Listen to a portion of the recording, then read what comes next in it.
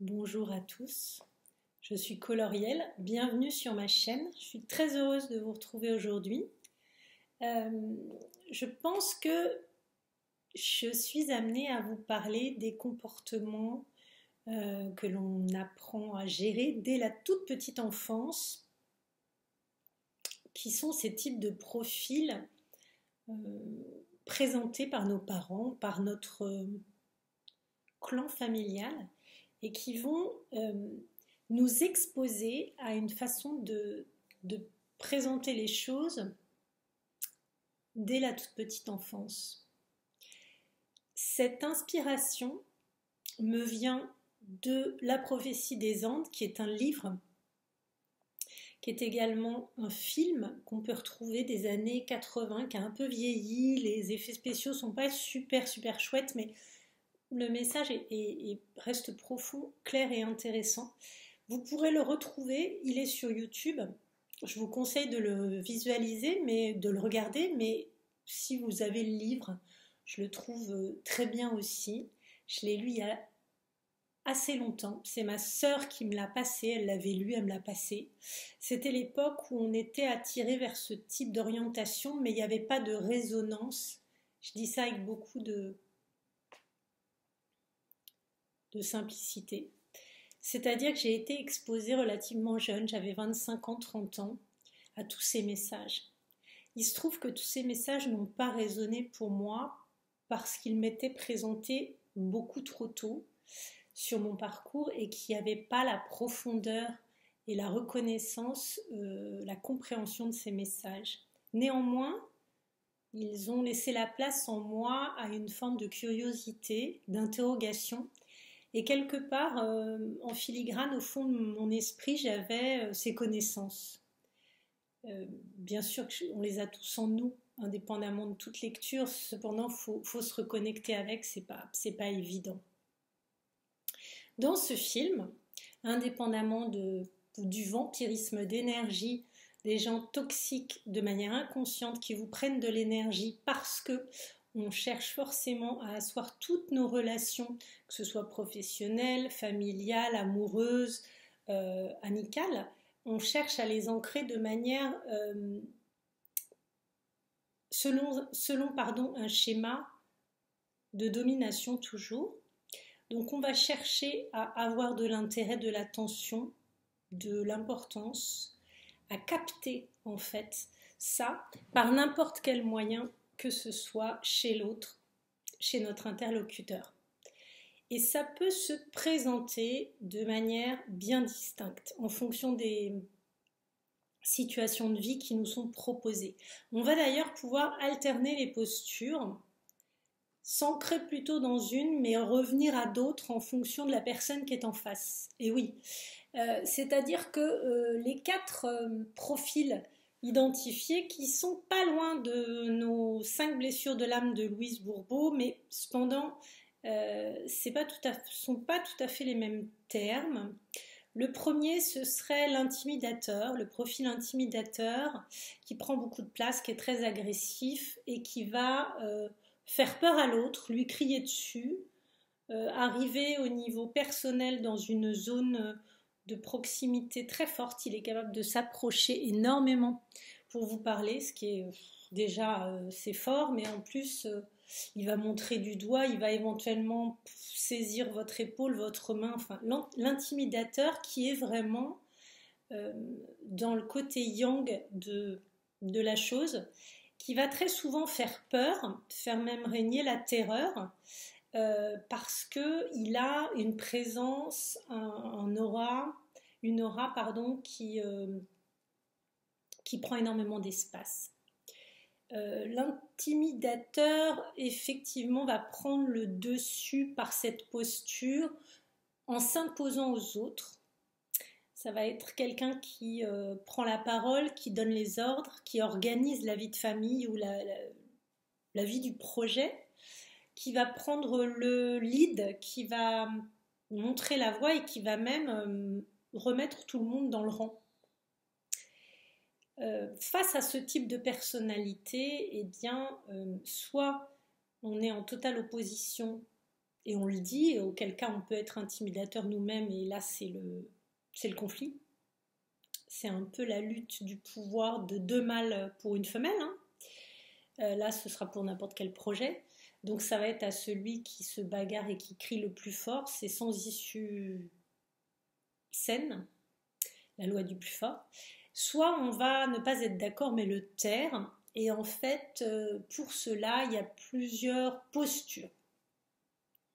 Face à un intimidateur, on peut soit être indifférent, c'est-à-dire faire comme si ça ne nous atteint pas du tout.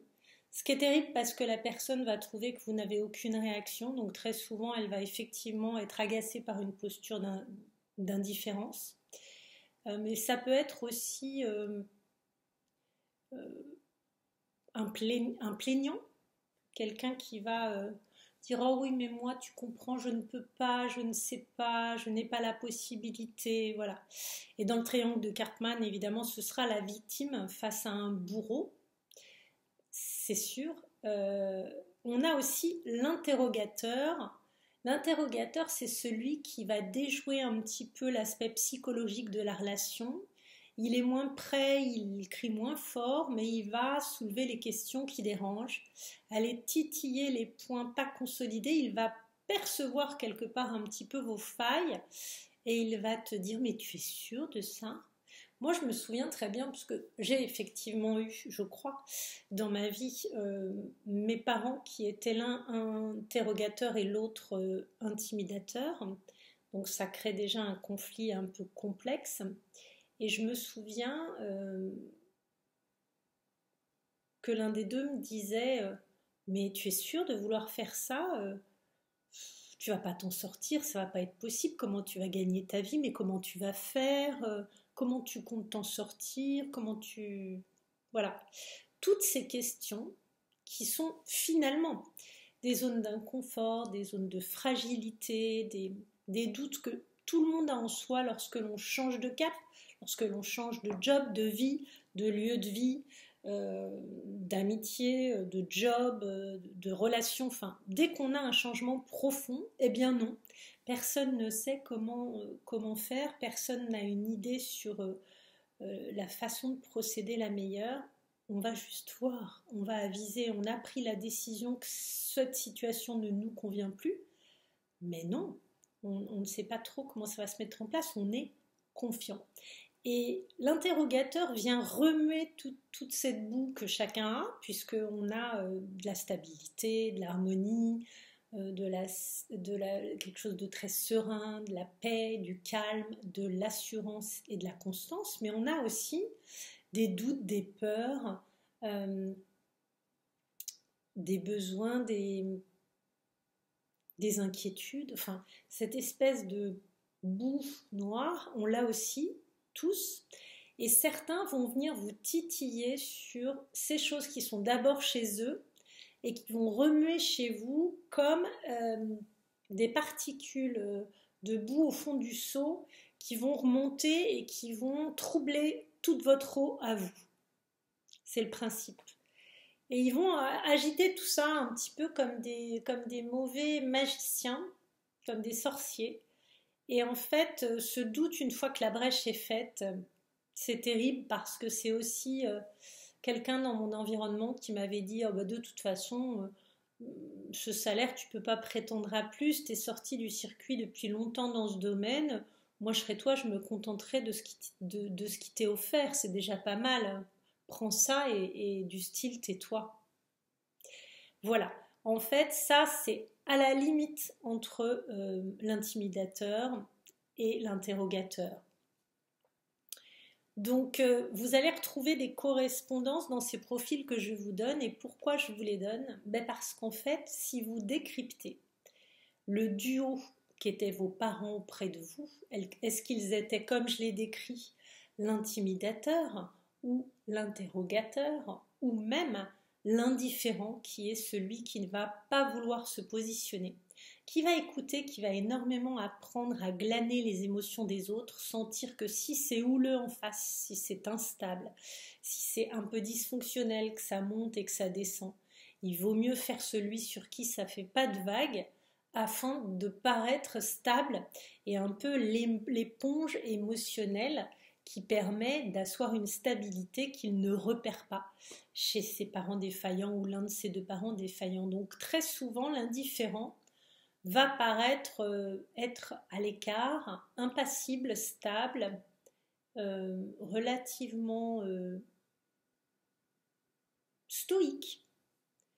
Et il ne va pas trop bouger, il ne va pas faire trop de vagues parce qu'il va apprendre dès le départ que ses sentiments, ses sensations, ses émotions, quand elles sont trop chaotiques, quand elles sont trop importantes, ce n'est pas gérable parce qu'il va se rendre compte que quand lui il est en face de ça, ça marche pas, donc il va les limiter, il va les brider, il va s'en couper, et pour ça il va avoir ce fameux profil qu'on appelle aussi évitant, qui est l'aspect fuyant et qui nous met à l'écart derrière un énorme bouclier qui nous coupe de notre perception émotionnelle pour envisager d'être en paix, c'est-à-dire tout ce qui me perturbe, tout ce qui me trouble, tout ce qui me chahute, que ce soit très beau, très mauvais, je coupe.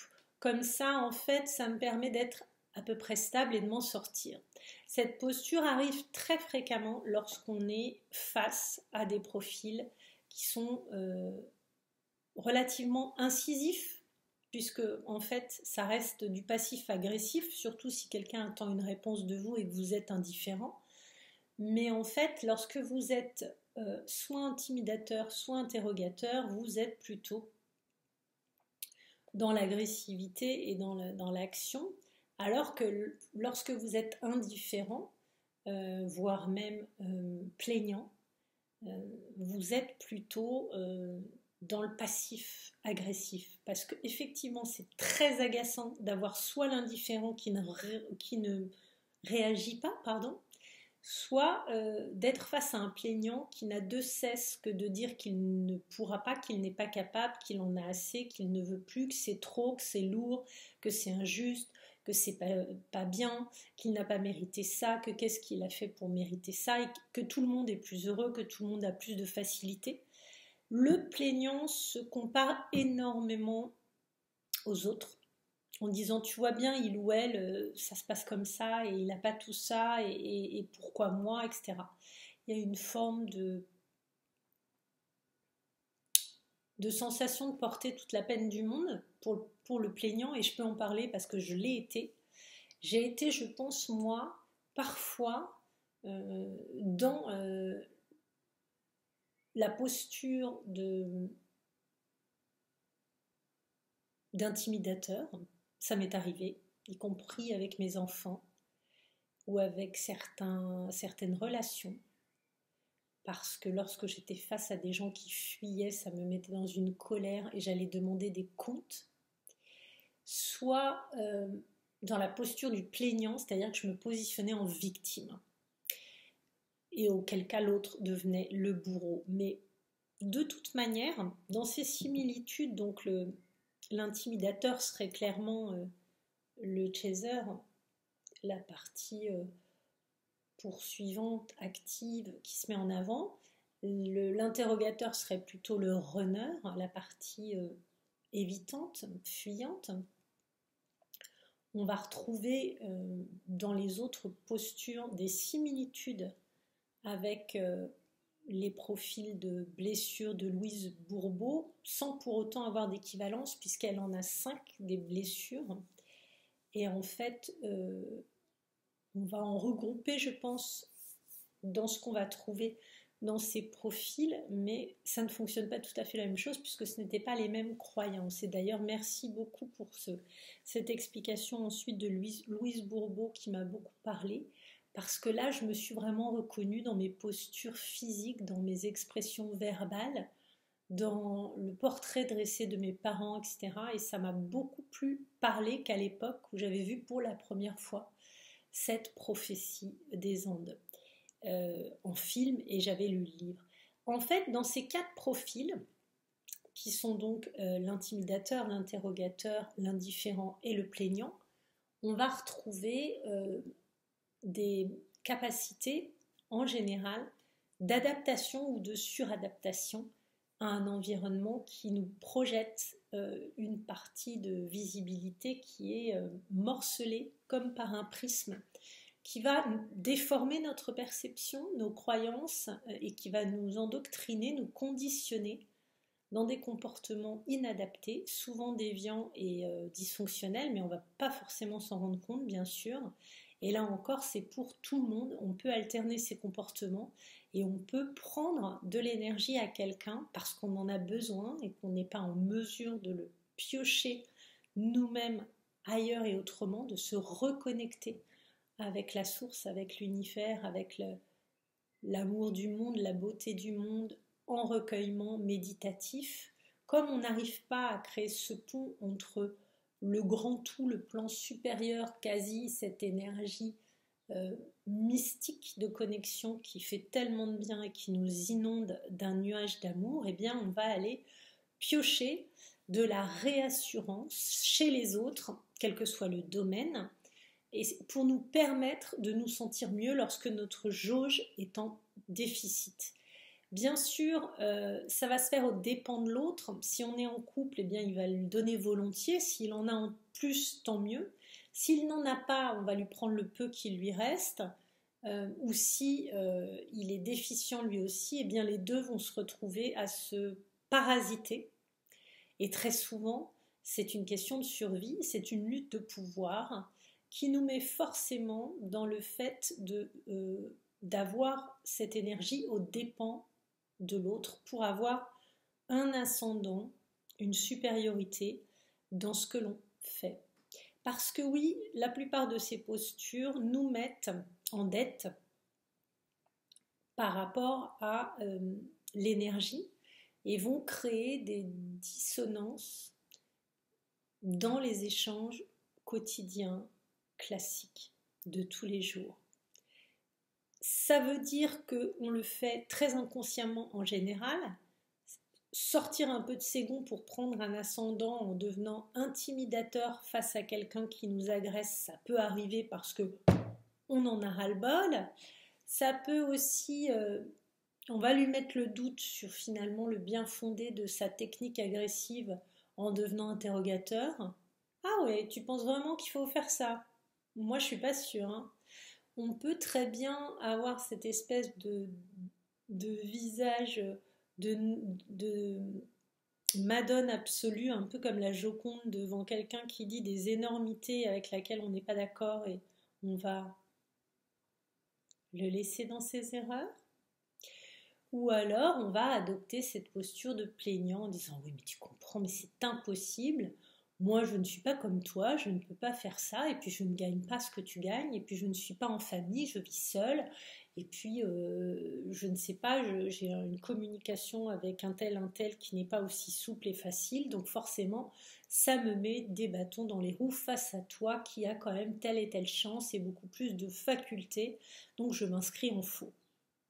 Voilà pour la capsule du jour, j'espère qu'elle vous a parlé. N'hésitez pas à me dire si vous connaissez ces profils identifiés, les concordances avec les blessures de l'âme de Louise Bourbeau, si vous les avez reconnues. Est-ce que vous-même, vous êtes en mesure d'identifier le schéma dans lequel vous avez été élevé? Comment ça vous a conditionné? Est-ce que vous êtes en mesure d'en sortir ponctuellement ou majoritairement ou pas du tout? Voilà pour cette capsule. Merci à toutes les belles âmes, les belles flammes. Faites sortir vos belles couleurs pour toutes les personnes en éveil spirituel ou intéressées par les sujets spirituels, par tous mes abonnés que j'embrasse et aussi tous ceux qui passeront par curiosité. Et je vous dis à bientôt sur ma chaîne.